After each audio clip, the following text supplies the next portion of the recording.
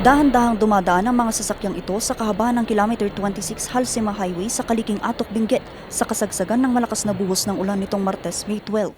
Maliban sa pagragasa ng tubig sa kalsada, isang lane lang din ang maaaring daanan dahil bumigay na ang pundasyon ng isang lane. Mayroon itong habang 100 metro. Bagamat peligroso ito sa mga motorista lalo na tuwing may bagyo o habagat, halos 1 taon na itong nakatiwangwang. Kakasunod na mga yung typhoon nung last year, kaya nagkaroon ng halo sa loob ng sa underneath mismo ng kalsada.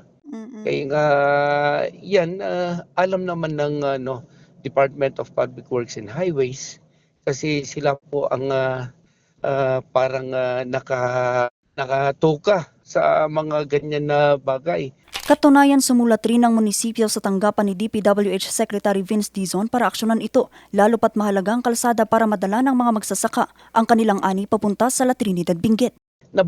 Binalidate nila nung last to the extent na nabanggit nila na gagawa, kaya hinihintay natin. Importante, nandun tayo palagi na nag-follow up, gaya ng Bugyas, Bacon, Mangkayan, as far as dyan sa province of Mountain Province, saka sa Ifugao, dumadaan dyan. Pag loaded po yung sasakyan, tapos paakyat, nahihirapan pong medyo delikado rin kasi pag mahina po yung brake, medyo delikado, tapos one way.